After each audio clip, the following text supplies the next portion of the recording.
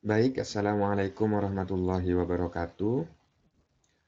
Sebelum kita lanjut, jangan lupa kita berdoa semoga apa yang akan kita pelajari hari ini dapat kalian pahami dengan baik, bisa bermanfaat untuk diri sendiri maupun untuk orang lain. Silahkan berdoa. Selesai? Baik, pada kesempatan kali ini saya akan menjelaskan satu materi lagi di mata pelajaran Bahasa Indonesia untuk kelas 7, tetap di teks deskripsi, yakni tentang struktur. Jadi hari ini kita akan belajar tentang struktur teks deskripsi. Masih tetap bersama saya, Zainal Abidin. Baik, pada pertemuan sebelumnya mungkin sudah disampaikan dan mungkin masih ingat ya.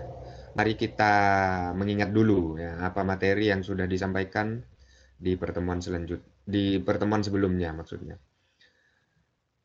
Masih ingat apa yang dimaksud dengan teks deskripsi? Ada yang ingat?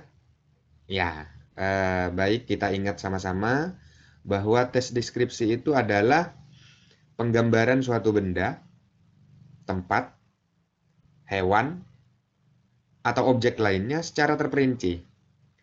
Artinya ada benda, ada hewan, ada tempat yang digambarkan secara terperinci dengan melibatkan indera manusia. Sehingga pembaca atau pendengar seakan berhadapan langsung dengan objek yang digambarkan. Jadi ketika kita membaca teks deskripsi yang dibuat oleh orang lain, menggambarkan sesuatu, menggambarkan objek, jadi kita meskipun membaca atau mendengarkan, seakan-akan kita berada di tempat itu. Kenapa? Karena penggambarannya melibatkan indera, baik indera penglihatan, indera penciuman, indera perasa, ya, dan indera-indera lainnya. Sehingga kita yang mendengar itu bisa merasa seperti ada di dekat objek yang digambarkan atau dideskripsikan. Jadi ini adalah pengertian dari teks deskripsi. Sesuai dengan materi yang akan kita pelajari hari ini, kita akan mempelajari tentang struktur teks deskripsi. Karena kita sudah tahu teks deskripsi itu apa, isinya seperti apa, maka hari ini kita akan mengenal struktur teks deskripsi. Mari kita simak contoh teks deskripsi berikut. Ada contoh teks deskripsi tentang Lukman Hakim. Di sana digambarkan atau dijelaskan, dideskripsikan oleh penulis kurang lebih seperti ini. Siapa yang tak kenal dengan anak satu ini? Ya, Lukman panggilannya. Salah satu siswa laki-laki di kelas 8 yang terkenal vokal dan lincah. Rumahnya di daerah Gunung Sebulan, Desa Mojosari, Kecamatan Asembagus. Dia adalah putra pertama dari 2 bersaudara. Usianya sekitar 13 tahunan. Lukman memiliki postur tubuh yang tak terlalu tinggi, namun bertubuh gempal. Anak ini berwajah kotak, bermata sipit, berpipit tembem kayak bakpao. Rambutnya hitam lurus, memiliki tai lalat di bagian dahi dan dagunya. Anak ini kurang biasa diajak diam, karena orangnya lincah. Selain itu dia juga lucu dan vokal. Apapun yang dibicarakan oleh orang, pasti ditimpalinya. Saking vokalnya, kadang sih sampai lepas kontrol jika berbicara dengan orang yang lebih dewasa. Tapi semua masih dalam batas kewajaran.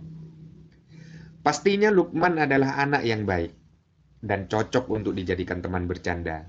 Di balik kelincahan dan kevokalannya, dia adalah siswa yang cukup pandai, sopan, dan penurut. Baik, ini adalah contohnya. Mari kita ulas satu persatu. Ya. Dari teks barusan yang dibacakan atau yang kalian baca, objek apa yang dideskripsikan? Ada yang tahu? Ya, benar. Jadi objek yang dideskripsikan adalah Lukman Hakim, manusia yang dideskripsikan.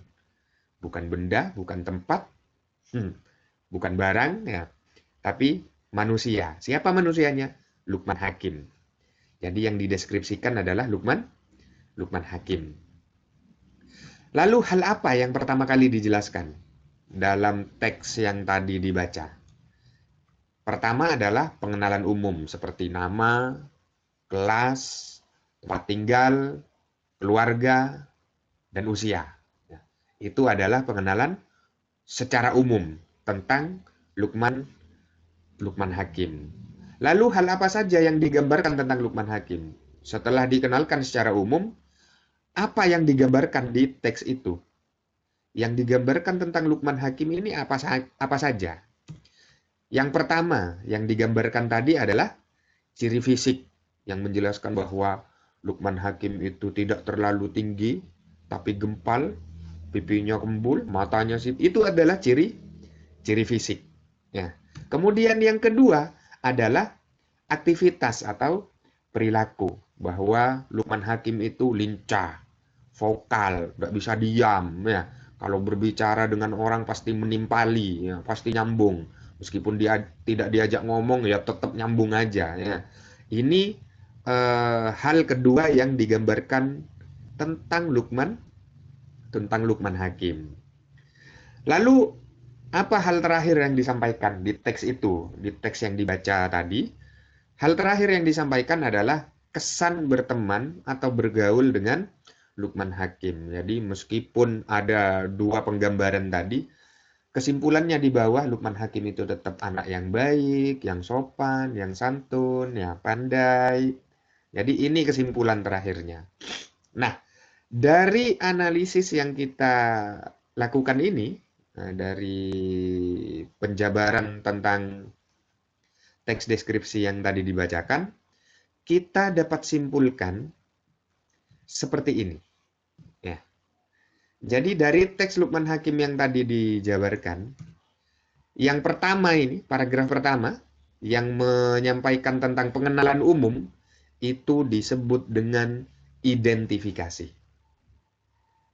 Paragraf pertama yang menjelaskan tentang pengenalan umum tentang Lukman Hakim, ini adalah identifikasi. Lalu paragraf kedua yang menjelaskan tentang deskripsinya, apa yang dideskripsikan, apa yang digambarkan, apa yang dijelaskan, itu disebut dengan deskripsi bagian. Jadi penjelasan secara rinci tentang Lukman Hakim itu disebut dengan deskripsi bagian. Ini deskripsi yang menunjukkan tentang ciri fisik tadi yang pertama. Kemudian ini paragraf ketiga ternyata juga deskripsi bagian. Nah, deskripsi bagian yang kedua ini mendeskripsikan tentang hal kedua tadi. Apa yang dideskripsikan? Tingkah laku atau perilaku. Dan yang terakhir, paragraf terakhir atau paragraf keempat yang berisi tentang kesimpulan, ini adalah kesimpulan atau saran dalam struktur teks deskripsi. Baik, anak-anakku, mungkin kalian sudah paham dan semoga saja kalian benar-benar paham tentang struktur teks deskripsi yang saya sampaikan barusan. Dari sini kita bisa simpulkan bahwa struktur teks deskripsi itu ada 3. Yang pertama adalah identifikasi, yang kedua adalah deskripsi bagian, yang ketiga adalah simpulan atau saran. Sampai di sini, semoga semua bisa menerima materi yang saya sampaikan dan semoga sudah paham tentang struktur teks deskripsi. Terima kasih sudah menyimak. Jangan lupa like, subscribe, dan komen di channel saya. Semoga saya bisa membuat materi-materi yang lebih bermanfaat untuk Indonesia tentunya. Terima kasih. Saya akhiri. Wassalamualaikum warahmatullahi wabarakatuh.